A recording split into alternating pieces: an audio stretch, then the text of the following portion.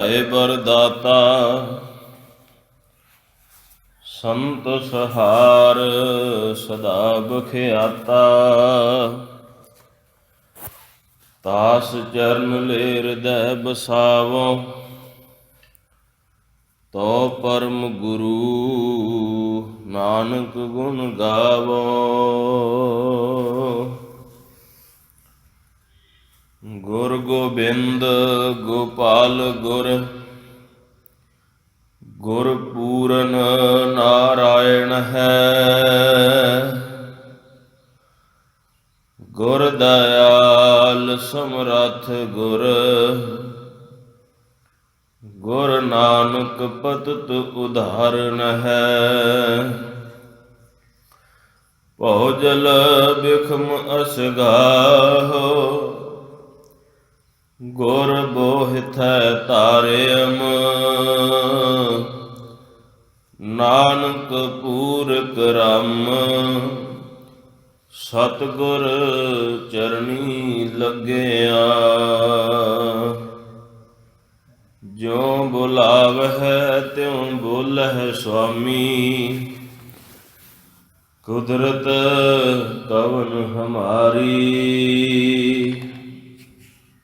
ਸਾਧ ਸੰਗ ਨਾਨਕ ਜਸ ਗਾਇਓ। ਜੋ ਪ੍ਰਭ ਕੀ ਅਤ ਪਿਆਰੀ। ਡੰਡੌਤ ਬੰਧਨ ਅਨਕ ਬਾਰ ਸਰਬ ਕਲਾ ਸਮਰੱਥ। ਡੋਲਣ ਤੇ ਰਾਖੋ ਪ੍ਰਭੂ ਨਾਨਕ ਦੇ ਕਰ ਹੱਥ।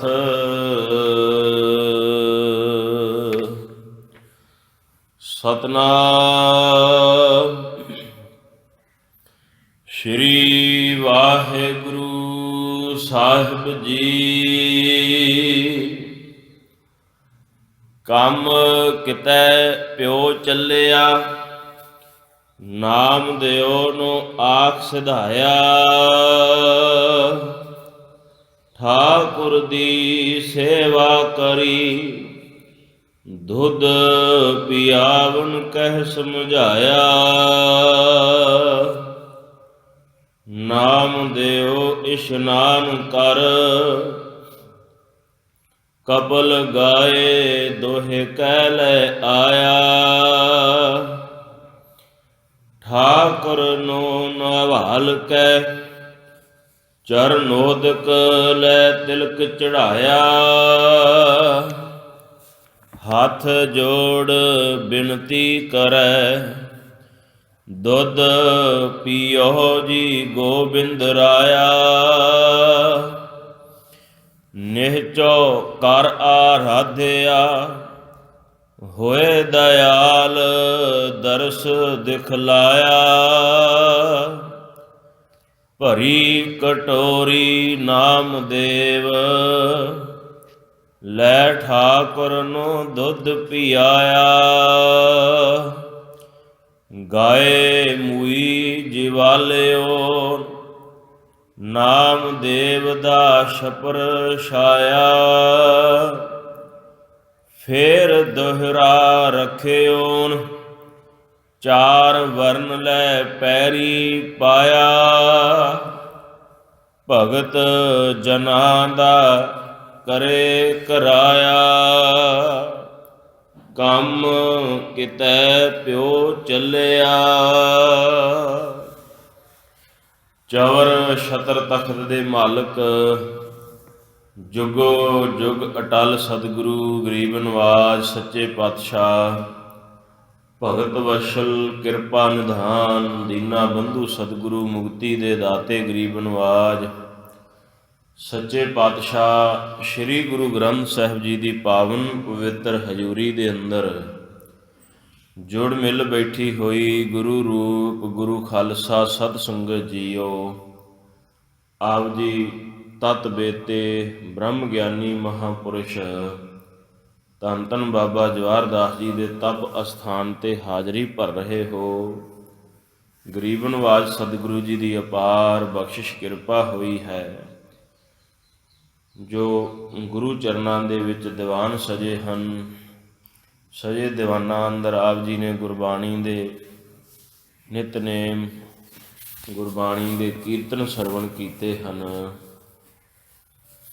ਆਓ ਸਰਬੱਤ ਸੰਗਤ ਗੁਰੂ ਚਰਨਾਂ ਵਿੱਚ ਹਾਜ਼ਰੀ ਲਵਾਓ। ਆਖੋ ਜੀ ਵਾਹਿਗੁਰੂ ਜੀ ਕਾ ਖਾਲਸਾ, ਵਾਹਿਗੁਰੂ ਜੀ ਕੀ ਫਤਿਹ। ਧੰਨ ਭਾਈ ਸਾਹਿਬ ਭਾਈ ਗੁਰਦਾਸ ਸਾਹਿਬ ਜੀ ਆਪਣੀਆਂ ਵਾਰਾਂ ਦੇ ਅੰਦਰ 10ਵੀਂ ਵਾਰ ਅੰਦਰ ਭਗਤਾਂ ਦੀ ਜੀਵਨੀਆਂ, ਉਹਨਾਂ ਦੇ ਜੀਵਨ ਅੰਦਰ ਪਰਮੇਸ਼ਰ ਨੇ ਉਹਨਾਂ ਦੀ ਸ਼ਰਧਾ ਨੂੰ, ਉਹਨਾਂ ਦੀ ਭਾਵਨਾ ਨੂੰ ਕਿਵੇਂ ਭਾਗ ਲਾਏ ਹਨ। ਪੁਰਾਤਨ ਕਾਲ ਤੋਂ ਹੋਏ ਜਿਹੜੇ ਭਗਤ ਹਨ ਮਹਾਰਾਜ ਦੇ, ਉਹਨਾਂ ਦੀ ਵੀ ਗਾਥਾ ਭਾਈ ਗੁਰਦਾਸ ਸਾਹਿਬ ਜੀ ਨੇ ਵਰਣਨ ਕੀਤੀ ਹੈ। ਅਤੇ ਕਾਲਯੁਗ ਦੇ ਸਮੇਂ ਦੇ ਅੰਦਰ ਜਿਹੜੇ ਭਗਤ ਸਾਹਿਬ ਹੋਏ ਹਨ, ਜੈਦੇਵ ਜੀ, ਨਾਮਦੇਵ ਜੀ, ਕਬੀਰ ਸਾਹਿਬ, ਤਰਲੋਚਨ ਜੀ, ਭਗਤ ਰਵਿਦਾਸ ਸਾਹਿਬ, ਇਹਨਾਂ ਦੀ ਵੀ ਜੋ ਪਾਵਨ ਕਥਾ ਹੈ, ਜੋ ਸਤਿਗੁਰੂ ਪਰਮੇਸ਼ਰ ਨੇ ਇਹਨਾਂ ਦੀ ਰੱਖਿਆ ਕੀਤੀ, ਉਹਦਾ ਵਰਣਨ ਕਰ ਰਹੇ ਹਨ। ਆਓ ਹੁਣ ਸਰਬੱਤ ਸੰਗਤ ਅੱਜ ਦੇ ਦੀਵਾਨ ਅੰਦਰ ਭਗਤ ਨਾਮਦੇਵ ਸਾਹਿਬ ਜੀ ਦੀ ਜੋ ਪਾਵਨ ਮਹਿਮਾ ਹੈ, ਇਹ ਸਰਵਣ ਕਰੀਏ। ਸਤਨਾਮ ਸ਼੍ਰੀ ਵਾਹਿਗੁਰੂ ਜੀ। ਕੰਮ ਕਿਤੈ ਪਿਓ ਚੱਲਿਆ, ਨਾਮ ਦਿਓ ਨੂੰ ਆਖ ਸਿਧਾਇਆ। ਸ਼੍ਰੋਮਣੀ ਭਗਤ ਨਾਮਦੇਵ ਸਾਹਿਬ ਜੀ ਬਹੁਤ ਹੀ ਸਤ ਸੰਗਤ ਜੀ ਪ੍ਰਸਿੱਧ ਮਹਾਤਮਾ ਮਹਾਂਪੁਰਸ਼ ਪ੍ਰਭੂ ਦੇ ਪਿਆਰੇ ਹੋਏ ਹਨ। ਸੋ ਇਹਨਾਂ ਦਾ ਜਨਮ ਜਿਹੜਾ ਹੈ ਉਹ ਨਗਰ ਨਰਸੀ ਬਾਮਣੀ ਦੇ ਵਿੱਚ ਹੋਇਆ। ਦੱਖਣ ਦਿਸ਼ਾ ਦੇ ਇਹ ਰਹਿਣ ਵਾਲੇ ਹਨ। ਜਦੋਂ ਅੱਜ ਕੱਲ੍ਹ ਸੰਗਤਾਂ ਹਜ਼ੂਰ ਸਾਹਿਬ ਦੇ ਦਰਸ਼ਨ ਦੀਦਾਰ ਕਰਨ ਵਾਸਤੇ ਜਾਂਦੀਆਂ ਨੇ ਤਾਂ ਜ਼ਰੂਰ ਜਾ ਕਰਕੇ ਇਹਨਾਂ ਦੇ ਪਾਵਨ ਨਗਰ ਦੇ ਦਰਸ਼ਨ ਕਰਕੇ ਆਉਂਦੇ ਹਨ। 1271 ਈਸਵੀ ਦੇ ਵਿੱਚ ਭਗਤ ਨਾਮਦੇਵ ਸਾਹਿਬ ਜੀ ਦਾ ਪਾਵਨ ਜਨਮ, ਉਹਨਾਂ ਦੀ ਸ਼ੁਭ ਆਮਦ ਹੋਈ ਹੈ। ਨਗਰ ਨਰਸੀ ਬਾਮਣੀ, ਜ਼ਿਲ੍ਹਾ ਸਤਾਰਾ, ਮਹਾਰਾਸ਼ਟਰ ਦੇ ਵਿੱਚ ਪਾਵਨ ਇਹਨਾਂ ਦਾ ਅਵਤਾਰ, ਇਹਨਾਂ ਦੀ ਆਮਦ, ਜਨਮ ਹੋਇਆ। ਇਹਨਾਂ ਦੇ ਪਿਤਾ ਜੀ ਜਿਹੜੇ ਹਨ ਇੱਕ ਚੰਗੇ ਸੇਠ ਹਨ, ਦਾਮ ਸ਼ੇਟੀ ਜੀ ਕਿਹਾ ਕਰਦੇ ਸਨ ਉਹਨਾਂ ਨੂੰ। ਔਰ ਭਗਤ ਸਾਹਿਬ ਦੇ ਸਤਿਕਾਰਯੋਗ ਮਾਤਾ ਜੀ ਮਾਤਾ ਗੋਨਾ ਬਾਈ ਜੀ ਸਨ। ਭਗਤ ਸਾਹਿਬ ਦੇ ਪਿਤਾ ਜੀ ਦਾਮ ਸ਼ੇਟੀ ਜੀ ਠਾਕੁਰਾਂ ਦੀ ਪੂਜਾ ਕਰਦੇ ਹਨ। ਠਾਕੁਰਾਂ ਨੂੰ ਭੋਗ ਲਵਾਉਣਾ, ਉਹਨਾਂ ਨੂੰ ਪੂਜਣਾ, ਉਹਨਾਂ ਦੀ ਅਰਚਨਾ ਕਰਨੀ, ਫੁੱਲ ਚੜਾਉਣੇ, ਭੋਗ ਲਵਾਉਣਾ ਦੁੱਧ ਦਾ, ਪ੍ਰਸ਼ਾਦੇ ਦਾ। ਸੋ ਇੱਕ ਦਿਨ ਪਿਤਾ ਜੀ ਕਿਤੇ ਕਿਸੇ ਕਾਰਜ ਵਾਸਤੇ, ਕਿਤੇ ਕੰਮ ਵਾਸਤੇ ਬਾਹਰ ਚੱਲੇ ਹਨ।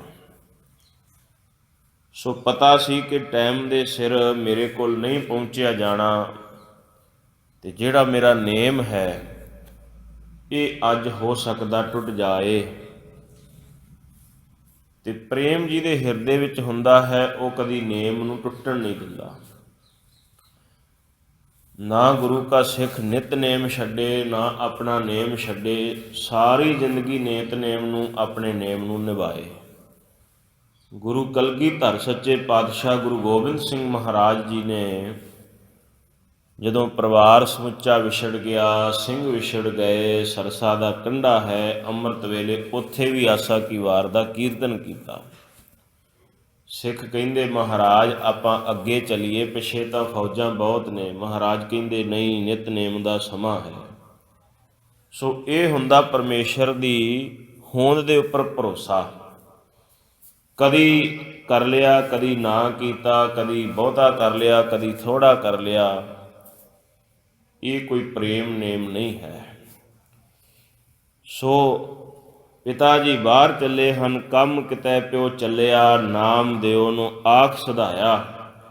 ਕੰਮ ਤੇ ਚੱਲੇ ਔਰ ਆਪਣੇ ਪੁੱਤਰ ਭਗਤ ਨਾਮਦੇਵ ਅਜੇ ਛੋਟੇ ਸਨ, ਉਹਨਾਂ ਨੂੰ ਕਹਿੰਦੇ ਪੁੱਤਰ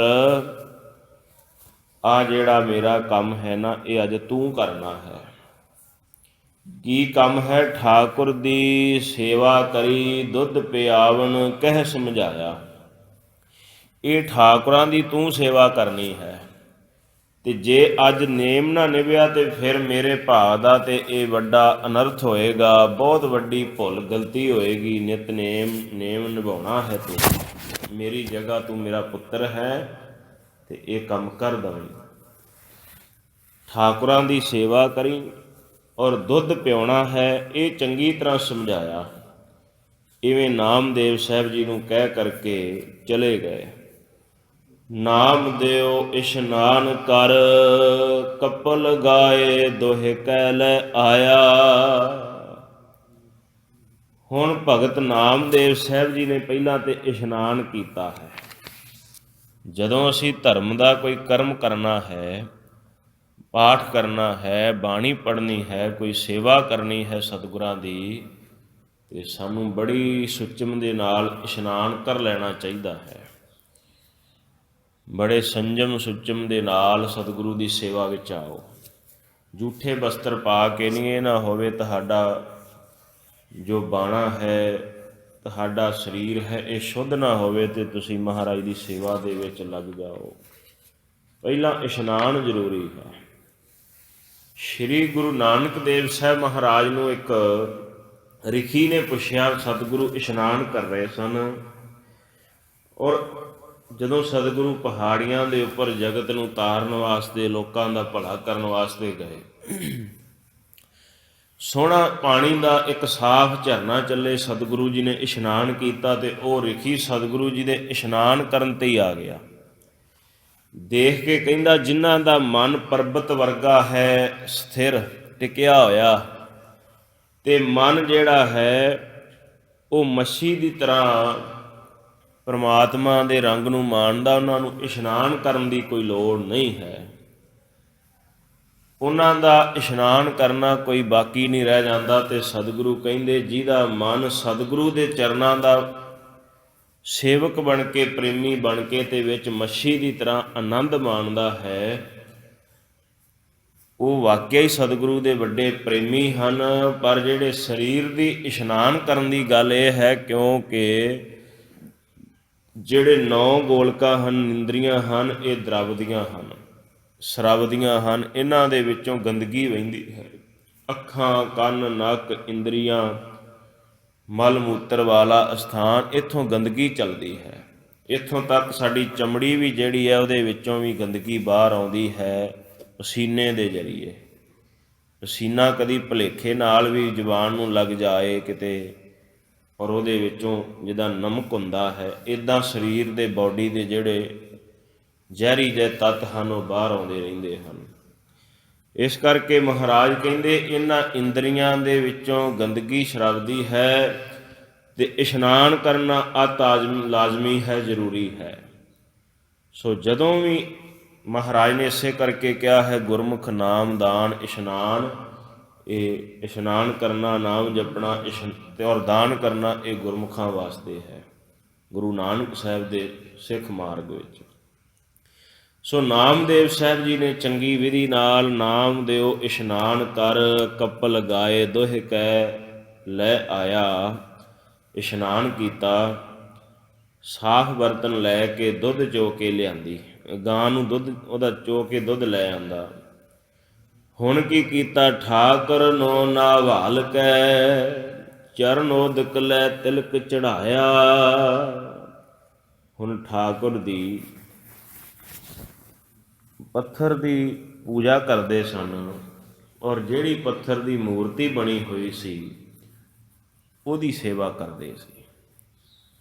ਸੋ ਇੱਥੇ ਭਾਈ ਗੁਰਦਾਸ ਸਾਹਿਬ ਤੁਹਾਨੂੰ ਇਹ ਨਹੀਂ ਕਹਿ ਰਹੇ ਕਿ ਪੱਥਰ ਦੀ ਪੂਜਾ ਕਰੋ। ਇੱਥੇ ਭਾਈ ਸਾਹਿਬ ਜੀ ਨੇ ਭਗਤ ਨਾਮਦੇਵ ਸਾਹਿਬ ਜੀ ਦੀ ਭਾਵਨਾ ਦਾ ਇੱਕ ਮੁੱਖ ਤੱਤ ਆਪਣੇ ਅੱਗੇ ਪੇਸ਼ ਕੀਤਾ ਹੈ ਕਿ ਪਰਮੇਸ਼ਰ ਭਾਵਨਾ ਨੂੰ ਫਲ ਲਾਉਂਦਾ ਹੈ। ਸਤਿਗੁਰੂ ਕਹਿੰਦੇ ਨੇ, ਪਾਹੁਨ ਮੈਂ ਪਰਮੇਸ਼ਰ ਨਾਹੀਂ, ਪੱਥਰਾਂ ਵਿੱਚ ਰੱਬ ਨਹੀਂ ਹੈ, ਪਰ ਉਹ ਹਰ ਜਗ੍ਹਾ ਹੈ। ਉਹ ਧੰਨੇ ਦੀ ਭਾਵਨਾ ਦੇਖ ਕੇ ਪੱਥਰ ਵਿੱਚੋਂ ਪ੍ਰਗਟ ਹੁੰਦਾ ਹੈ, ਉਹ ਨਾਮਦੇਵ ਦੀ ਭਾਵਨਾ ਦੇਖ ਕੇ ਪ੍ਰਗਟ ਹੁੰਦਾ ਹੈ, ਔਰ ਉਹਦਾ ਨਿਵਾਸ ਕਿਤੇ ਪੱਥਰ ਵਿੱਚ ਨਾ ਸਮਝ ਲੈਣਾ। ਇਸ ਕਰਕੇ ਸਾਨੂੰ ਸਤਿਗੁਰੂ ਨੇ ਅਕਾਲ ਦੇ ਪੁਜਾਰੀ ਬਣਾਇਆ, ਪਰਮੇਸ਼ਰ ਦੇ। ਹੁਣ ਠਾਕੁਰ ਦਾ ਪਹਿਲਾਂ ਮੂਰਤੀ ਦਾ ਇਸ਼ਨਾਨ ਕਰਾਇਆ, ਫਿਰ ਮੂਰਤੀ ਤੋਂ ਜਿਹੜਾ ਪਾਣੀ ਜੋ ਜਲ ਥੱਲੇ ਆਉਂਦਾ ਹੈ ਰੁੜ ਕਰਕੇ, ਉਸ ਚਰਨ ਉਦਕ ਦਾ ਤਿਲਕ ਜਿਹੜਾ ਹੈ ਉਹ ਚੜ੍ਹਾ ਲਿਆ, ਜਾਂ ਮੂਰਤੀ ਦੇ ਉਸ ਠਾਕੁਰ ਦੇ ਚਰਨ ਧੋ ਕਰਕੇ ਤੇ ਆਪਣੇ ਮੱਥੇ ਤਿਲਕ ਲਾਇਆ ਹੈ। ਹੱਥ ਜੋੜ ਬਿਨਤੀ ਕਰੈ, ਦੁੱਧ ਪੀਓ ਜੀ ਗੋਬਿੰਦ ਰਾਇਆ।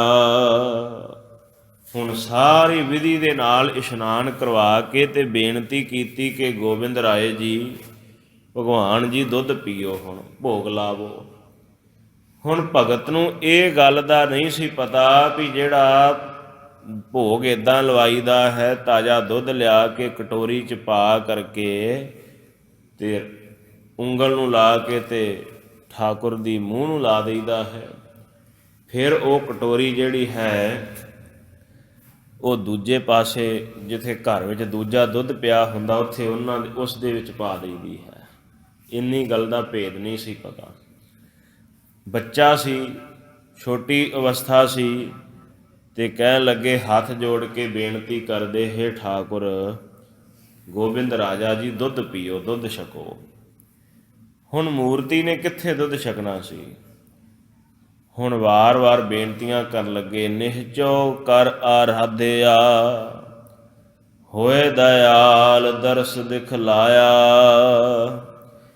ਕਹਿੰਦੇ ਨਿਸ਼ਚੇ ਦੇ ਨਾਲ, ਭਰੋਸੇ ਦੇ ਨਾਲ ਪ੍ਰਮਾਤਮਾ ਨੂੰ, ਠਾਕੁਰ ਨੂੰ ਬੇਨਤੀਆਂ ਕਰਦੇ, ਆਰਾਧਦੇ ਨੇ, ਉਹਦਾ ਨਾਮ ਲੈਂਦੇ, ਅਰਦਾਸ ਕਰਦੇ, ਕਿਰਪਾ ਕਰੋ, ਮੈਨੂੰ ਦਰਸ਼ਨ ਦਿਓ ਔਰ ਦੁੱਧ ਪੀਓ। ਗੁਰਬਾਣੀ ਵਿੱਚ ਮਹਾਰਾਜ ਦੇ ਸ਼ਬਦ ਹਨ, ਸੋਨ ਕਟੋਰੀ ਅੰਮ੍ਰਿਤ ਭਰੀ। ਕਹਿੰਦੇ ਸੋਨੇ ਦੀ ਕਟੋਰੀ ਵਿੱਚ ਨਾਮਦੇਵ ਨੇ ਦੁੱਧ ਪਾ ਲਿਆ ਤੇ ਬੇਨਤੀ ਕਰਦੇ ਨੇ, ਦੁੱਧ ਪੀਓ, ਦੁੱਧ ਪੀਓ ਗੋਬਿੰਦੇ ਰਾਏ, ਦੁੱਧ ਪੀਓ ਮੇਰੇ ਮਨਪਤੀ ਆਏ। ਦੁੱਧ ਪੀ ਲੈਣਾ ਕਰੋ, ਮੇਰੇ ਮਨ ਨੂੰ ਤਸੱਲੀ ਹੋ ਜਾਵੇ। ਹੇ ਗੋਬਿੰਦ ਰਾਜਾ, ਜੇ ਤੁਸੀਂ ਦੁੱਧ ਨਾ ਪੀਤਾ ਤੇ ਮੇਰਾ ਪਿਤਾ ਮੈਨੂੰ ਜਾ ਕੇ ਝਿੜਕਾਂ ਮਾਰੇਗਾ, ਉਹ ਰੁੱਸ ਜਾਏਗਾ ਕਿ ਬੱਚਾ ਤੂੰ ਤੇ ਠਾਕੁਰ ਨੂੰ ਭੋਗ ਹੀ ਨਹੀਂ ਲਵਾਇਆ। ਹੁਣ ਇਹ ਨਹੀਂ ਸੀ ਪਤਾ ਵੀ ਕੇਵਲ ਉਂਗਲੀ ਮੂੰਹ ਨੂੰ ਲਾ ਕਰਕੇ ਤੇ ਵਾਪਸ ਮੁੜ ਜਾਣਾ ਹੈ। ਬਸ ਸਾਡੀ ਜੋ ਭੋਗ ਲਵਾਉਣ ਦੀ ਵਿਧੀ ਹੈ ਉਹ ਪੂਰੀ ਹੋ ਜਾਣੀ ਹੈ। ਹੱਥ ਜੋੜ ਕੇ ਬੇਨਤੀਆਂ ਕੀਤੀਆਂ, ਦੁੱਧ ਪੀਵੋ। ਕਹਿੰਦੇ ਜਦੋਂ ਕਾਫੀ ਵਾਰ ਬੇਨਤੀ ਕੀਤੀ ਤੇ ਕੋਈ ਪ੍ਰਗਟ ਨਹੀਂ ਹੋਇਆ, ਗੋਬਿੰਦ ਭਗਵਾਨ ਪ੍ਰਗਟ ਨਹੀਂ ਹੋਇਆ, ਤਾਂ ਨਿਰਾਸ਼ ਹੋ ਗਏ। ਨਿਰਾਸ਼ ਹੋ ਕਰਕੇ ਫੇਰ ਬੇਨਤੀਆਂ ਕੀਤੀਆਂ, ਅਜੇ ਵੀ ਕੋਈ ਗੱਲ ਨਹੀਂ ਬਣੀ, ਦੁੱਧ ਉੱਦਾਂ ਦਾ ਉੱਦਾਂ ਹੀ ਪਿਆ ਹੈ। ਦੁਪਹਿਰ ਦਾ ਸਮਾਂ ਹੋ ਗਿਆ ਤੇ ਰੋਣ ਲੱਗ ਪਏ। ਕਹਿੰਦੇ ਮੇਰਾ ਬਾਪੂ ਜਿਹੜਾ ਹੈ, ਮੇਰਾ ਪਿਤਾ ਜਿਹੜਾ ਝਿੜਕਾਂ ਮਾਰੇਗਾ, ਮੈਨੂੰ ਹੋ ਸਕਦਾ ਤੁਹਾਨੂੰ ਵੀ ਮਾਰੇ ਕਿ ਤੁਸੀਂ ਦੁੱਧ ਪਿਆਇਆ ਨਹੀਂ ਤੇ ਭਗਵਾਨ ਨੇ ਦੁੱਧ ਪੀਤਾ ਨਹੀਂ, ਤੇ ਕਿਰਪਾ ਕਰੋ ਦੁੱਧ ਛਕ ਲਵੋ। ਕਹਿੰਦੇ ਆਖਰ ਏਡੀ ਭਾਵਨਾ ਸੀ ਭਗਤ ਦੇ ਮਨ ਦੇ ਵਿੱਚ, ਮੂਰਤੀ ਦੇ ਬੁੱਲ੍ਹ ਹਿੱਲੇ, ਅੱਖਾਂ ਖੁੱਲ੍ਹੀਆਂ ਤੇ ਦੇਖਿਆ ਕਿ ਸਾਹਮਣੇ ਹੀ ਅੱਖਾਂ ਦੇ ਦੁੱਧ ਛਕ ਲਿਆ, ਬੁੱਲ੍ਹਾਂ ਨੂੰ ਲਾ ਲਿਆ ਔਰ ਉਹ ਦੁੱਧ ਛਕ ਲਿਆ। ਪਹਿਲੀ ਵਾਰੀ ਭਗਤ ਨੂੰ ਪਰਮੇਸ਼ਰ ਦੇ ਦਰਸ਼ਨ ਹੋਏ।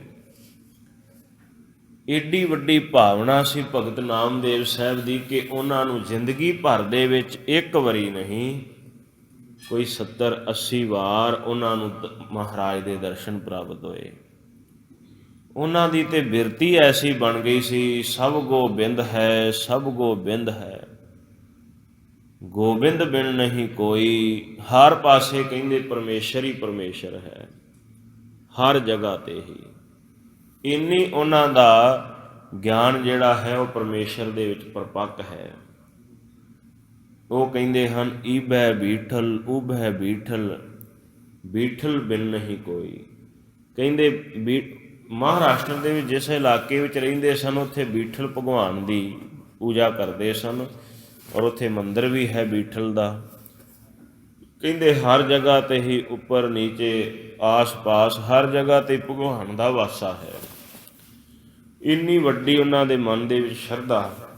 ਔਰ ਇੱਥੇ ਭਾਈ ਗੁਰਦਾਸ ਸਾਹਿਬ ਜੀ ਕਹਿੰਦੇ ਨਿਹਚੋ ਕਰ ਆਰਾਧਿਆ, ਹੋਏ ਦਇਆਲ ਦਰਸ ਦਿਖਲਾਇਆ। ਨਿਸ਼ਚੇ ਦੇ ਨਾਲ, ਭਰੋਸੇ ਦੇ ਨਾਲ ਪਰਮੇਸ਼ਰ ਦੀ ਆਰਾਧਨਾ ਕੀਤੀ ਹੈ ਅਤੇ ਪਰਮੇਸ਼ਰ ਨੇ ਫਿਰ ਦਿਆਲੂ ਹੋ ਕੇ, ਕਿਰਪਾਲੂ ਹੋ ਕੇ ਭਾਵਨਾ ਨੂੰ ਫਲ ਲਾਏ ਨੇ। ਭੋਲੇ ਭਾਏ ਮਿਲੇ ਰਘੁਰਾਇਆ, ਚਤੁਰਾਈ ਨਹਿ ਚਤੁਰਭੁਜ ਪਾਈਐ। ਉਹ ਚਤੁਰਾਈਆਂ ਸਿਆਣਪਾਂ ਨਾਲ ਨਹੀਂ ਮਿਲਦਾ, ਉਹ ਤਾਂ ਭਾਵਨਾ ਦਾ ਭੁੱਖਾ ਹੈ। ਗੋਬਿੰਦ ਭਾਉ ਭਗਤ ਦਾ ਭੁੱਖਾ।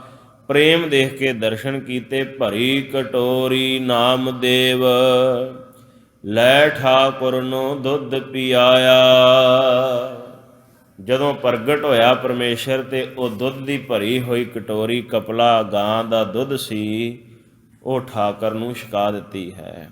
ਇਹ ਹੈ ਅਸਲੀ ਸਤਸੰਗਤ ਜੀ ਭੋਗ। ਅਸੀਂ ਵੀ ਧੰਨ ਸਤਿਗੁਰੂ ਗੁਰੂ ਗ੍ਰੰਥ ਸਾਹਿਬ ਨੂੰ, ਮਹਾਰਾਜ ਨੂੰ, ਪਰਮੇਸ਼ਰ ਨੂੰ ਭੋਗ ਲਵਾਉਂਦੇ ਹਾਂ।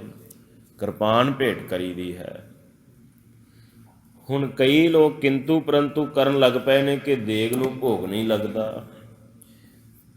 ਸੋ ਕਿਰਪਾਨ ਸਤ ਸੰਗਤ ਜੀ, ਸਾਨੂੰ ਇੱਕ ਗੱਲ ਇਹ ਸਮਝਣੀ ਕਿ ਸਾਡਾ ਹੋਰ ਧਰਮਾਂ ਦੇ ਨਾਲ ਕੋਈ ਸੰਬੰਧ ਨਹੀਂ ਹੈ। ਇਹ ਨਾ ਸਮਝਣਾ ਕਿ ਜਿਵੇਂ ਉਹ ਮੂਰਤੀ ਨੂੰ ਭੋਗ ਲਵਾਉਂਦੇ ਅਸੀਂ ਵੀ ਭੋਗ ਲਵਾਉਂਦੇ ਹਾਂ, ਨਹੀਂ।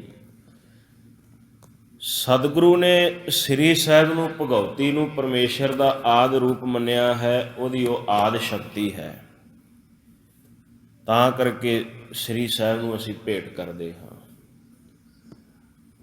ਅਤੇ ਜਿਨ੍ਹਾਂ ਦੇ ਮਨਾਂ ਵਿੱਚ ਭਾਵਨਾ ਹੈ, ਜੋ ਸ਼ਰਧਾ ਲੈ ਕੇ ਆਉਂਦੇ ਨੇ, ਉਹਨਾਂ ਦੀ ਸ਼ਰਧਾ ਪੂਰੀ ਹੁੰਦੀ ਹੈ। ਬਾਕੀ ਉੱਦਾਂ ਹੀ ਰਹਿ ਜਾਂਦੇ ਨੇ। ਦੇਗ ਗੁਰੂ ਕੀ ਮਰਜ਼ਾਦਾ ਨਾਲ ਬਣੀ ਹੋਵੇ, ਇਸ਼ਨਾਨ ਕਰਕੇ ਜਪਜੀ ਸਾਹਿਬ ਦਾ ਪਾਠ ਕਰਦੇ ਹਾਂ, ਕੋਈ ਗੱਲ ਨਹੀਂ ਕਰਨੀ। ਸਮਤੋਲ ਬਰਾਬਰ ਤਿੰਨੇ ਚੀਜ਼ਾਂ ਪਾਉਣੀਆਂ ਹਨ, ਆਟਾ, ਘਿਓ, ਖੰਡ। ਅਤੇ ਸ਼ਰਧਾ ਨਾਲ ਬਣੀ ਹੋਵੇਗੀ ਅਤੇ ਸਤਿਗੁਰੂ ਭੋਗ ਲਾਉਣਗੇ। ਸੰਤ ਗਿਆਨੀ ਜਰਨੈਲ ਸਿੰਘ ਜੀ ਖਾਲਸਾ ਭਿੰਡਰਾਂ ਵਾਲਿਆਂ ਦੇ ਸਮੇਂ ਵੀ ਕਿਸੇ ਨੇ ਕਿੰਤੂ ਪਰੰਤੂ ਕੀਤਾ ਸੀ। ਸੋ ਮਹਾਂਪੁਰਖਾਂ ਨੇ ਕਹਿੰਦੇ ਜੋਖ ਕਰਕੇ ਦੇਗ ਲਿਆਓ। ਸਿੰਘਾਂ ਨੇ ਤਿਆਰ ਕੀਤੀ ਜੋਖੀ ਦੇਗ, ਤੋਲ ਦਿੱਤੀ, ਅਤੇ ਜਦੋਂ ਭੋਗ ਲੱਗ ਕੇ ਫਿਰ ਦੁਬਾਰਾ ਜੋਖੀ ਗਈ ਅਤੇ ਉਹਦੇ ਵਿੱਚੋਂ ਪਾਈਆ ਦੇਗ ਘੱਟ ਨਿਕਲੀ ਹੈ। ਸੋ ਇਹ ਪਰਮਾਤਮਾ ਨੂੰ ਜਿਨ੍ਹਾਂ ਦੇ ਮਨਾਂ ਵਿੱਚ ਸ਼ਰਧਾ ਹੈ ਸਤ ਸੰਗਤ ਜੀ, ਉਹਨਾਂ ਦੀ ਭਾਵਨਾ ਪੂਰੀ ਹੁੰਦੀ ਹੈ। ਅਤੇ ਇੱਥੇ ਭਗਤ ਨਾਮਦੇਵ ਸਾਹਿਬ ਜੀ ਦੀ ਭਾਵਨਾ ਨੂੰ ਫਲ ਲੱਗਾ ਅਤੇ ਠਾਕੁਰਾਂ ਨੇ ਦੁੱਧ ਛਕ ਲਿਆ। ਭਰੀ ਕਟੋਰੀ ਨਾਮਦੇਵ, ਲੈ ਠਾਕੁਰ ਨੂੰ ਦੁੱਧ ਪਿਆਇਆ। ਦੁੱਧ ਪਿਆ ਦਿੱਤਾ ਹੈ, ਛਕ ਲਿਆ। ਇਵੇਂ ਭਗਤਾਂ ਦੀ ਉਹ ਭਗਤੀ ਨੂੰ ਫਲ ਲਾਉਂਦਾ ਹੈ। ਗਾਏ ਮੁਈ ਜੀਵਾਲਿਓਨ, ਨਾਮ ਦਿਓ ਦੇਵ ਦਾ ਛਪਰ ਛਾਇਆ। ਫਿਰ ਭਾਈ ਗੁਰਦਾਸ ਸਾਹਿਬ ਜੀ ਕਹਿੰਦੇ ਇਹੋ ਹੀ ਉਹਨਾਂ ਦੀ ਕੇਵਲ ਪ੍ਰਸਿੱਧੀ ਨਹੀਂ ਹੈ ਜਗਤ ਵਿੱਚ। ਫਿਰ ਭਗਤ ਨਾਮਦੇਵ ਸਾਹਿਬ ਜੀ ਦੀ ਐਸੀ ਪਰਮਾਤਮਾ ਨੇ ਰੱਖਿਆ ਕੀਤੀ ਹੈ ਦਿੱਲੀ ਦੇ ਵਿੱਚ ਕਿ ਨਾਮਦੇਵ ਨੇ ਮੂਈ ਹੋਈ ਗਾਂ ਵੀ ਜਵਾ ਦਿੱਤੀ ਹੈ। ਕਹਿੰਦੇ ਭਗਤ ਨਾਮਦੇਵ ਸਾਹਿਬ ਜੀ ਇੱਕ ਵਾਰੀ ਆਪਣੀਆਂ ਸੰਗਤਾਂ ਦੇ ਨਾਲ, ਆਪਣੇ ਪ੍ਰੇਮੀ ਸੱਜਣਾਂ ਦੇ ਨਾਲ ਵਿਚਰ ਰਹੇ ਸਨ।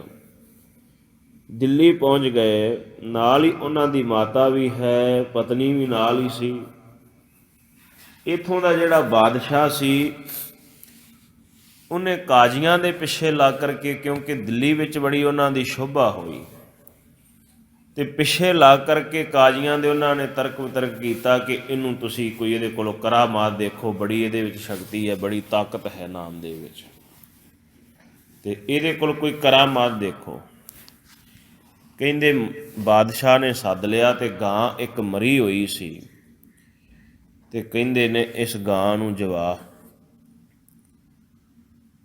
ਅਤੇ ਭਗਤ ਕਹਿੰਦਾ ਹੈ ਗਾਂ ਕਿਵੇਂ ਜੀ ਜਾਏਗੀ, ਇਹ ਤਾਂ ਹੋ ਹੀ ਨਹੀਂ ਸਕਦਾ, ਕਿਉਂਕਿ ਮੇਰਾ ਕੀਤਾ ਤੇ ਕੁਝ ਹੋ ਨਹੀਂ ਸਕਦਾ, ਇਹ ਤਾਂ ਪਰਮੇਸ਼ਰ ਹੀ ਕਰ ਸਕਦਾ ਹੈ। ਉਹ ਤਾਂ ਵਾਹਿਗੁਰੂ ਜੋ ਕਰੇਗਾ ਉਹੀ ਹੋਏਗਾ, ਮੇਰਾ ਕੀਤਾ ਕੁਝ ਨਹੀਂ ਹੋ ਸਕਦਾ। ਤਾਂ ਉੱਥੇ ਕਹਿਣ ਲੱਗਾ ਇੱਦਾਂ ਨਹੀਂ ਗੱਲ ਬਣਨੀ, ਤੈਨੂੰ ਹੁਣ ਗਾਂ ਜਵਾਉਣੀ ਪਏਗੀ। ਤਾਂ ਹੁਣ ਉੱਥੇ ਭਗਤ ਨੇ ਆਪਣੀ ਬਾਣੀ ਦੇ ਵਿੱਚ ਬੜਾ ਸੋਹਣਾ ਇਹ ਵਿਖਿਆਨ ਕੀਤਾ ਹੈ। ਕਹਿਣ ਲੱਗੇ, ਹੇ ਪ੍ਰਮਾਤਮਾ, ਭੁਜਾ ਬਾਂਧ ਭਿਲਾ ਕਰ ਡਾਰਿਓ, ਹਸਤੀ ਕੋਬ ਮੂੰਡ ਮਹਿ ਮਾਰਿਓ, ਹਸਤ ਭਾਗ ਕੈ ਚੀਸਾ ਮਾਰੈ, ਆ ਮੂਰਤ ਕੈ ਹਉ ਬਲਹਾਰੈ। ਭਗਤ ਨੂੰ ਬੰਨ੍ਹ ਕਰਕੇ ਤੇ ਹਾਥੀ ਦੇ ਅੱਗੇ ਸੁੱਟ ਦਿੱਤਾ ਗਿਆ। ਕਹਿੰਦੇ ਹਾਥੀ ਉੱਪਰ ਚੜਾਓ, ਔਰ ਹਾਥੀ ਬੜਾ ਮਸਤਿਆ ਸੀ, ਮਾਰ ਦਿੰਦਾ ਸੀ ਜਿਹੜਾ ਉਹਦੇ ਅੱਗੇ ਆਉਂਦਾ ਸੀ, ਇਹਨੂੰ ਵੀ ਮਾਰ ਦੇਵੇਗਾ। ਬੰਨ੍ਹ ਕਰਕੇ ਭਗਤ ਨੂੰ ਹਾਥੀ ਦੇ ਅੱਗੇ ਸੁੱਟਿਆ ਗਿਆ। ਹਾਥੀ ਦੌੜਿਆ ਆਵੇ ਔਰ ਉਹਦੇ ਉੱਪਰ ਬੈਠਾ ਮੁਹਾਵਤ ਉਹਦੀਆਂ ਚੀਕਾਂ ਕਢਾਵੇ ਮਾਰ ਮਾਰ ਕਰਕੇ ਸੁੰਬੇ ਵੀ ਛੇਤੀ ਭਗਤ ਨੂੰ ਖਤਮ ਕਰ, ਰਾਜੇ ਦਾ ਹੁਕਮ ਹੈ। ਪਰ ਹਸਤੀ ਜਿਹੜਾ ਹੈ, ਹਾਥੀ ਜਿਹੜਾ ਹਸਤ ਭਾਗ ਕੇ ਚੀਸਾਂ ਮਾਰੇ, ਆ ਮੂਰਤ ਕੈ ਹਉ ਬਲਹਾਰੇ। ਉਹ ਕਹਿੰਦਾ ਮੈਂ ਇਹਦੇ ਤੋਂ ਬਲਹਾਰ ਜਾਂਦਾ ਹਾਂ, ਇਹਨੂੰ ਮਾਰ ਨਹੀਂ ਸਕਦਾ ਇਸ ਬੰਦੇ ਨੂੰ। ਉਹਨੂੰ ਵੀ ਪ੍ਰਮਾਤਮਾ ਨੇ ਸਮਝ ਪਾ ਦਿੱਤੀ ਹੈ। ਆਹੇ ਮੇਰੇ ਠਾਕੁਰ ਤੁਮਰਾ ਜੋਰ, ਕਾਜੀ ਬਕਬੋ ਹਸਤੀ ਤੋਰ। ਕਾਜੀ ਕਹਿੰਦਾ ਇਹ ਹਾਥੀ ਨੂੰ ਅੱਗੇ ਤੋਰੋ, ਮੁਹਾਵਤ ਤੋਰਦਾ ਕਿਉਂ ਨਹੀਂ ਹੈ। ਕਹਿੰਦੇ ਨੇ, ਹੇ ਪ੍ਰਮਾਤਮਾ, ਹੇ ਵਾਹਿਗੁਰੂ, ਤੁਹਾਡਾ ਹੀ ਜ਼ੋਰ ਹੈ, ਤੁਹਾਡੀ ਤਾਕਤ ਹੈ, ਤੇਰੇ ਕਿਰਪਾ ਦੇ ਕਰਕੇ ਹੀ ਇਹ ਸਭ ਕੁਝ ਹੋ ਰਿਹਾ ਹੈ। ਹਾਥੀ ਨੇ ਸਤ ਸੰਗਤ ਜੀ ਭਗਤ ਨਾਮਦੇਵ ਸਾਹਿਬ ਦੀ ਰੱਖਿਆ ਕੀਤੀ, ਮਾਰਿਆ ਨਹੀਂ ਹੈ ਨਾਮਦੇਵ ਨੂੰ ਪੈਰਾਂ ਥੱਲੇ ਦੇ ਕਰਕੇ। ਤੇ ਗੁਰਬਾਣੀ ਦੇ ਵਿੱਚ ਭਗਤ ਸਾਹਿਬ ਦੇ ਇਹ ਸ਼ਬਦ ਦਰਜ ਹਨ। ਕਹਿੰਦੇ, ਹੇ ਪ੍ਰਮਾਤਮਾ, ਤੇਰੀ ਕਿਰਪਾ ਦੇ ਨਾਲ। ਰਾਜੇ ਨੇ ਸੱਦ ਕਰਕੇ ਕਿਹਾ, ਫਿਰ ਹੁਣ ਕੀ ਬਣੇਗਾ, ਤੈਨੂੰ ਗਾਂ ਤਾਂ ਜਮਾਉਣੀ ਪਏਗੀ। ਤੇ ਨਾਮਦੇਵ ਸਾਹਿਬ ਨੇ ਆਖਿਆ, ਗਾਂ ਮੇਰੀ ਹੋਈ, ਇਹ ਕਿੱਦਾਂ ਮੈਂ ਜਵਾ ਸਕਦਾ ਹਾਂ, ਨਾ ਮੈਂ ਮਾਰਨ ਵਾਲਿਆਂ ਵਿੱਚ ਤੇ ਮੈਂ ਨਾ ਬਚਾਉਣ ਵਾਲਿਆਂ ਵਿੱਚ। ਤੇ ਕਾਜੀ ਕਹਿੰਦਾ, ਰੇ ਮੁਹਾਵਤ ਡਾਰੋਂ ਕਾਟ, ਮੁਹਾਵਤ ਤੈਨੂੰ ਵੀ ਮੈਂ ਕੱਟ ਕੇ ਸੁੱਟ ਦੇਵਾਂਗਾ, ਤੂੰ ਇਸ ਨੂੰ ਮਾਰਦਾ ਕਿਉਂ ਨਹੀਂ ਹੈ। ਸੋ ਵਾਰ-ਵਾਰ ਹਾਥੀ ਨੂੰ ਲਿਆਉਣਾ ਕਰਦੇ ਨੇ, ਪਰ ਸਤ ਸੰਗਤ ਜੀ ਰੱਖਿਆ ਪ੍ਰਮਾਤਮਾ ਨੇ ਕਰ ਦਿੱਤੀ ਹੈ। ਭਗਤ ਸਾਹਿਬ ਜੀ ਨੂੰ ਕੋਈ ਮਾੜਾ ਜਿਹਾ ਵੀ ਦੁੱਖ ਨਹੀਂ ਆਇਆ। ਔਰ ਆਖਰ ਕੀ ਹੋਇਆ, ਪ੍ਰਮਾਤਮਾ ਪ੍ਰਗਟ ਹੋਏ। ਨਾਮਦੇਵ ਨੂੰ ਪੁੱਛਿਆ ਕਿ ਦੱਸ ਨਾਮਦੇਵ, ਜੋ ਤੂੰ ਕਹੇਂਗਾ ਉਹੀ ਹੋਏਗਾ। ਜੇ ਕਹਿਣਾ ਤੇ ਮਰੀ ਹੋਈ ਗਾਂ ਜਵਾ ਦਿੰਦਾ ਹਾਂ, ਤੇ ਜੇ ਕਹਿਣਾ ਤੇ ਮੈਂ ਸਾਰੀ ਧਰਤੀ ਨੂੰ ਇਕੋਡੀ ਕਰ ਦੇਵਾਂ, ਇੱਕ ਰੂਪ ਹੀ ਬਣਾ ਦੇਵਾਂ, ਸਭ ਖਤਮ ਹੋ ਜਾਏਗਾ ਹੁਣੇ ਹੀ।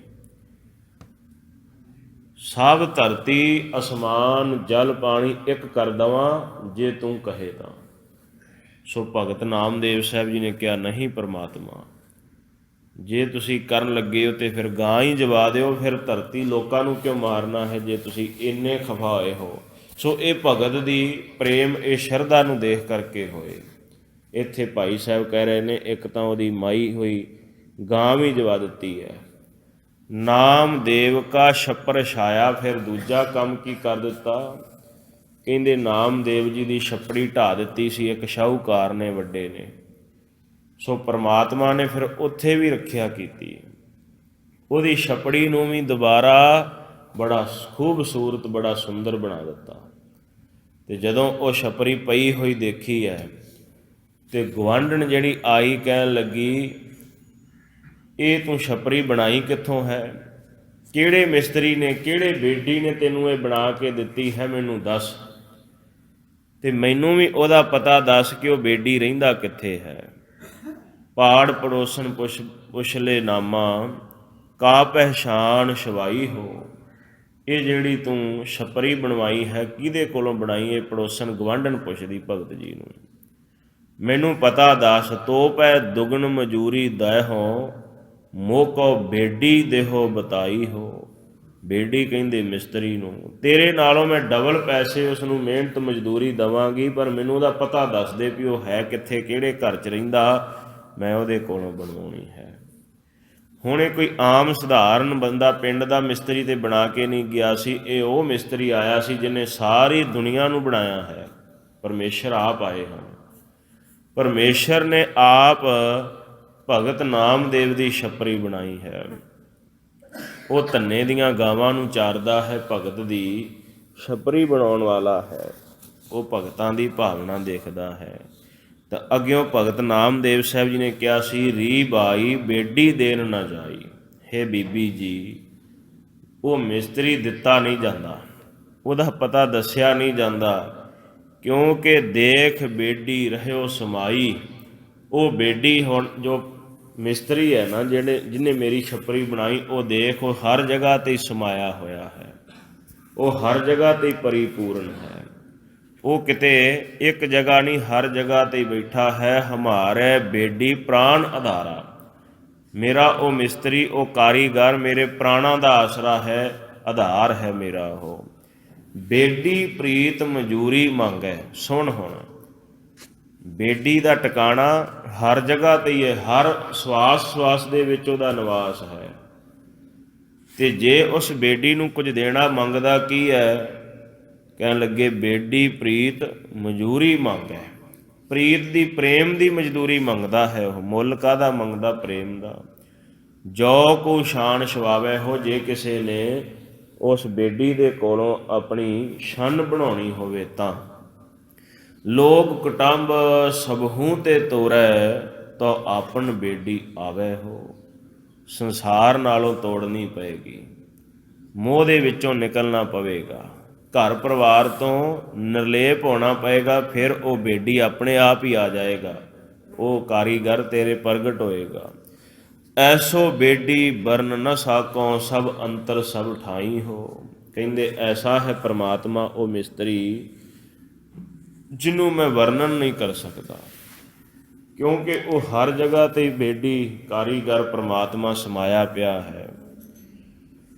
ਗੂੰਗੈ ਮਹਾ ਅੰਮ੍ਰਿਤ ਰਸ ਚਾਖਿਆ, ਪੂਛੇ ਕਹਿਣ ਨਾ ਜਾਈ ਹੋ। ਇਹ ਤਾਂ ਇਵੇਂ ਹੈ ਜਿਵੇਂ ਗੂੰਗੇ ਨੇ ਅੰਮ੍ਰਿਤ ਦਾ ਰਸ ਚੱਖ ਲਿਆ ਹੋਵੇ, ਉਹਨੂੰ ਕੋਈ ਪੁੱਛੇ ਦੱਸ ਕੀ ਹੈ ਸਵਾਦ ਉਸਦਾ, ਉਹ ਦੱਸਿਆ ਨਹੀਂ ਜਾ ਸਕਦਾ। ਬੇਡੀ ਕੇ ਗੁਣ ਸੁਨਰੀ ਬਾਈ, ਜਲਦ ਬਾਂਧ ਧਰੂ ਥਾਪਿਓ ਹੋ। ਨਾਮੇ ਕੇ ਸੁਆਮੀ ਸੀਪ ਹੋਰੀ, ਲੰਕ ਭਪੀਖਣ ਆਪਿਓ ਹੋ। ਉਹਦੇ ਗੁਣ ਸੁਣ। ਉਹਨੇ ਧਰਤੀ ਜਿਹੜੀ ਹੈ ਬਿਨਾਂ ਕਿਸੇ ਥੰਮਾਂ ਤੋਂ ਟਿਕਾ ਦਿੱਤੀ ਹੈ। ਆਕਾਸ਼ ਵੀ ਜਿਹੜਾ ਹੈ ਉਹ ਬਿਨਾਂ ਕਿਸੇ ਆਸਰੇ ਤੋਂ ਟਿਕਾ ਦਿੱਤਾ। ਉਹਨੇ ਧਰੂ ਨੂੰ ਸਦਾ ਚਿਰ ਪਦਵੀ ਦਿੱਤੀ ਹੋਈ ਹੈ। ਉਹਦੇ ਕੀ ਤੈਨੂੰ ਮੈਂ ਗੁਣ ਦੱਸਾਂ? ਉਹ ਐਸਾ ਹੈ ਵਾਹਿਗੁਰੂ। ਉਹ ਮੇਰੇ ਪ੍ਰਾਣਾਂ ਦਾ ਪਿਆਰਾ ਹੈ। ਉਹਨੂੰ ਪ੍ਰਾਣਾਂ ਦੀ, ਵਾਹਿਗੁਰੂ ਉਹਨੂੰ ਪ੍ਰੇਮ ਦੀ ਭੇਟਾ ਦੇਵਾਂਗੇ ਤੇ ਉਹ ਆਏਗਾ। ਉਹਨੇ ਭਵੀਖਣ ਨੂੰ ਰਾਜ ਬਖਸ਼ਿਆ ਹੈ। ਉਹ ਨਿਮਾਣਿਆਂ ਨੂੰ ਮਾਣ ਦਿੰਦਾ ਹੈ। ਉਸਨੇ ਹੀ ਮੈਨੂੰ ਇਹ ਮਾਣ ਬਖਸ਼ਿਆ ਕਿ ਮੇਰੀ ਇਹ ਰੱਖਿਆ ਕਰ ਦਿੱਤੀ ਹੈ।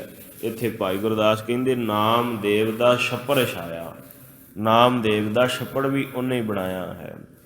ਫਿਰ ਦੇਹੁਰਾ ਰੱਖਿਓਨ, ਚਾਰ ਵਰਨ ਲੈ ਪੈਰੀ ਪਾਇਆ। ਹੁਣ ਚੌਥੀ ਇੱਕ ਘਟਨਾ ਭਗਤ ਨਾਮਦੇਵ ਦੇ ਵਿੱਚ ਹੋਰ ਵਰਤੀ।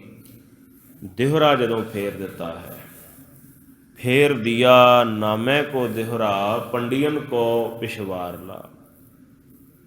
ਆਪਾਂ ਗੁਰਬਾਣੀ ਵਿੱਚ ਇਹ ਸ਼ਬਦ ਪੜ੍ਹਦੇ ਹਾਂ। ਅੱਜ ਵੀ ਤੁਸੀਂ ਹਜ਼ੂਰ ਸਾਹਿਬ ਜਾਓ ਅਤੇ ਉੱਥੇ ਥੋੜ੍ਹੀ ਦੂਰ ਭਗਤ ਨਾਮਦੇਵ ਸਾਹਿਬ ਜੀ ਦਾ ਉਹ ਦੇਹੁਰਾ, ਉਹ ਮੰਦਰ ਬਣਿਆ ਹੋਇਆ ਹੈ ਬੀਠਲ ਭਗਵਾਨ ਦਾ। ਇੱਕ ਦਿਨ ਭਗਤ ਨਾਮਦੇਵ ਸਾਹਿਬ ਜੀ ਮੰਦਰ ਵਿੱਚ ਚਲੇ ਗਏ ਅਤੇ ਇਹਨਾਂ ਦੀ ਜਾਤ ਜਿਹੜੀ ਸੀ ਉਹ ਸ਼ਿੰਬਾ ਸੀ। ਇਸ ਕਰਕੇ ਇਹਨਾਂ ਨੂੰ ਸ਼ੂਦਰ ਸਮਝਿਆ ਜਾਂਦਾ ਸੀ, ਮਾੜੇ ਸਮਝਿਆ ਜਾਂਦਾ ਸੀ ਬ੍ਰਾਹਮਣਾਂ ਵੱਲੋਂ। ਅਤੇ ਜਦੋਂ ਜਾ ਕਰਕੇ ਇਹਨਾਂ ਨੇ, ਨਾਮਦੇਵ ਜੀ ਨੇ ਉਸ ਮੰਦਰ ਦੇ ਵਿੱਚ ਪ੍ਰਭੂ ਦੇ ਗੋਬਿੰਦ ਦੀ ਉਸਤਤ ਕੀਤੀ ਹੈ, ਪਰਮੇਸ਼ਰ ਦੀ, ਤਾਂ ਉਸ ਵੇਲੇ ਸਤ ਸੰਗਤ ਜੀ ਜਿੰਨੇ ਬ੍ਰਾਹਮਣ ਸਨ ਸਾਰੇ ਹੀ ਖਫਾ ਹੋ ਗਏ। ਕਹਿੰਦੇ ਤੈਨੂੰ ਕਿਸ ਨੇ ਅਧਿਕਾਰ ਦਿੱਤਾ ਹੈ ਕਿ ਤੂੰ ਇੱਥੇ ਆ ਕੇ ਭਗਤੀ ਕਰੇ? ਤੂੰ ਨਹੀਂ ਇੱਥੇ ਭਗਤੀ ਕਰ ਸਕਦਾ, ਚੱਲ ਬਾਹਰ ਹੋ ਜਾ ਮੰਦਰ ਤੋਂ। ਅਤੇ ਭਗਤ ਸਾਹਿਬ ਕਹਿੰਦੇ ਨੇ ਹਸਤ ਖੇਲਤ ਤੇਰੇ ਦੇਹੁਰੇ ਆਇਆ, ਭਗਤ ਕਰਤ ਨਾਮਾ ਪਕਰ ਚਲਾਇਆ। ਹੱਸਦਾ ਖੇਡਦਾ ਤੇਰੇ ਮੈਂ ਦਰ 'ਤੇ ਆਇਆ ਸੀ, ਭਗਤੀ ਕਰਦੇ ਨੂੰ ਨਾਮੇ ਨੂੰ ਬਾਹਰ ਕੱਢ ਦਿੱਤਾ ਹੈ ਪੰਡਤਾਂ ਨੇ। ਹੀਨੜੀ ਜਾਤ ਮੇਰੀ ਜਾਤ ਮਰਾਇਆ, ਮੇਰੀ ਜਾਤ ਛੋਟੀ ਹੈ। ਹੇ ਪਰਮਾਤਮਾ ਸ਼ੀਪੇ ਕੇ ਜਨਮ, ਕਹਿਣ ਲੱਗੇ ਜੇ ਤੂੰ ਮੈਨੂੰ ਜਨਮ ਹੀ ਦੇਣਾ ਸੀ ਕਿਸੇ ਚੰਗੇ ਘਰ ਦਾ ਦੇ ਦਿੰਦਾ, ਛੀਪੇ ਕੇ ਜਨਮ ਕਾਹੇ ਕੋ ਆਇਆ। ਆ ਛੀਂਬੇ ਦੀ ਜਾਤ ਵਿੱਚ ਕਿਉਂ ਆਇਆ? ਕੱਪੜੇ ਬਸਤਰ ਸੀਨਾ ਕੰਮ ਸੀ ਭਗਤ ਦਾ। ਲੈ ਕਮਲੀ ਚੱਲਿਓ ਪਲਟਾਏ, ਦਿਹੁਰੇ ਪਾਸ਼ੇ ਬੈਠਾ ਜਾਏ। ਹੁਣ ਆਪਣੀ ਚਾਦਰ ਚੁੱਕੀ, ਕੰਬਲੀ ਚੁੱਕੀ ਤੇ ਪਿਛਲੇ ਪਾਸੇ ਜਾ ਕੇ ਬੈਠ ਗਏ ਮੰਦਰ ਦੇ, ਜਿੱਧਰ ਮੂਰਤੀਆਂ ਦੀ ਪਿੱਠ ਹੈ, ਮੰਦਰ ਦਾ ਪਿਛਲਾ ਪਾਸਾ ਹੈ। ਹੁਣ ਕੀ ਹੋਇਆ? ਜਿਉਂ-ਜਿਉਂ ਨਾਮਾ ਹਰ ਗੁਣ ਉਚਰੈ। ਜਿੱਦਾਂ ਭਗਤ ਜੀ ਨਾਮਦੇਵ ਜੀ ਪ੍ਰਮਾਤਮਾ ਦੇ ਗੁਣ ਉਚਰਦੇ ਨੇ, ਭਗਤ ਜਨਾ ਕੋ ਦਿਹੁਰਾ ਫਿਰੈ। ਜਿਹੜੇ ਭਗਤ ਜਨ ਬਣੇ ਬੈਠੇ ਸਨ, ਪੰਡਤ ਬ੍ਰਾਹਮਣ, ਉਹਨਾਂ ਨੂੰ ਦਿਹੁਰਾ ਫਿਰ ਗਿਆ, ਉਹਨਾਂ ਨੂੰ ਪਿੱਠ ਹੋ ਗਈ ਤੇ ਭਗਤ ਜੀ ਨੂੰ ਮੁੱਖ ਹੋ ਗਿਆ। ਉਹ ਘੁੰਮ ਕਰਕੇ ਜਿਹੜਾ ਦਿਹੁਰਾ ਹੈ ਮੰਦਰ ਉੱਧਰ ਚਲਾ ਗਿਆ। ਸੋ ਇੱਥੇ ਵੀ ਭਗਤ ਦੀ ਭਗਤੀ ਨੂੰ ਫਲ ਪਰਮਾਤਮਾ ਨੇ ਲਾਇਆ। ਮਹਾਰਾਜ ਕਹਿੰਦੇ ਫੇਰ ਦੀਆ ਨਾਮੇ ਕੋ ਦਿਹੁਰਾ, ਪੰਡੀਅਨ ਕੋ ਪਿਛਵਾਰਨਾ। ਪੰਡਤਾਂ ਨੂੰ, ਪਾਂਡਿਆਂ ਨੂੰ ਪਿੱਠ ਕਰ ਦਿੱਤੀ ਔਰ ਭਗਤ ਨੂੰ ਮੁੱਖ ਕਰ ਲਿਆ। ਫੇਰ ਦਿਹੁਰਾ ਰੱਖੇ ਓਨ, ਚਾਰ ਵਰਨ ਲੈ ਪੈਰੀ ਪਾਇਆ। ਹੁਣ ਚਾਰੇ ਵਰਨ ਕੀ, ਬ੍ਰਾਹਮਣ ਕੀ, ਖੱਤਰੀ ਕੀ, ਸ਼ੂਦਰ ਵੈਸ, ਸਭ ਭਗਤ ਨਾਮਦੇਵ ਦੀ ਸ਼ਰਣੀ ਪੈ ਗਏ। ਤੇ ਭਾਈ ਗੁਰਦਾਸ ਕਹਿੰਦੇ ਨੇ ਭਗਤ ਜਨਾਂ ਦਾ ਕਰੇ ਕਰਾਇਆ। ਪਰਮੇਸ਼ਰ ਆਪਣੇ ਭਗਤਾਂ ਦਾ ਹੀ ਕੀਤਾ ਹੋਇਆ ਸਭ ਕਾਰਜ ਕਰਦਾ ਹੈ। ਇਹ ਹੈ ਪਰਮੇਸ਼ਰ ਦੀ ਬਖਸ਼ਿਸ਼। ਜੋ ਭਗਤ ਕਹਿੰਦੇ ਨੇ ਉਹ ਪਰਮਾਤਮਾ ਕਰਦੇ ਹਨ, ਉਹਨਾਂ ਦੀ ਲਾਜ ਰੱਖਦੇ ਨੇ। ਇਵੇਂ ਸਤ ਸੰਗਤ ਜੀ ਭਗਤ ਸਾਹਿਬ, ਭਗਤ ਨਾਮਦੇਵ ਸਾਹਿਬ ਜੀ ਦੀ ਰੱਖਿਆ ਕੀਤੀ ਹੈ, ਕਈ ਦਫਾ ਕੀਤੀ ਹੈ। ਕਈ ਵਾਰੀ ਉਹਨਾਂ ਨੂੰ ਸੰਸਾਰ ਦੇ ਵਿੱਚ ਪਰਮਾਤਮਾ ਨੇ ਬਖਸ਼ਿਆ ਹੈ, ਨਿਵਾਜਿਆ ਹੈ, ਦਰਸ਼ਨ ਬਖਸ਼ਿਸ਼ ਕੀਤੇ ਹਨ। ਸੋ ਭਾਈ ਗੁਰਦਾਸ ਕਹਿੰਦੇ ਉਹ ਭਗਤਾਂ ਦਾ ਪ੍ਰੇਮ ਦਾ ਮੁਥਾਜ ਹੈ। ਪ੍ਰੇਮ ਦੇ ਬੰਨਣ ਵਿੱਚ ਬੰਨਿਆ ਹੋਣ ਕਰਕੇ ਜੋ ਭਗਤ ਕਹਿੰਦੇ ਹਨ ਉਹ ਕਰ ਦਿੰਦਾ ਹੈ। ਉਹਨਾਂ ਦਾ ਹੀ ਕੀਤਾ ਕਰਾਇਆ ਕਾਰਜ ਕਰਦਾ ਹੈ।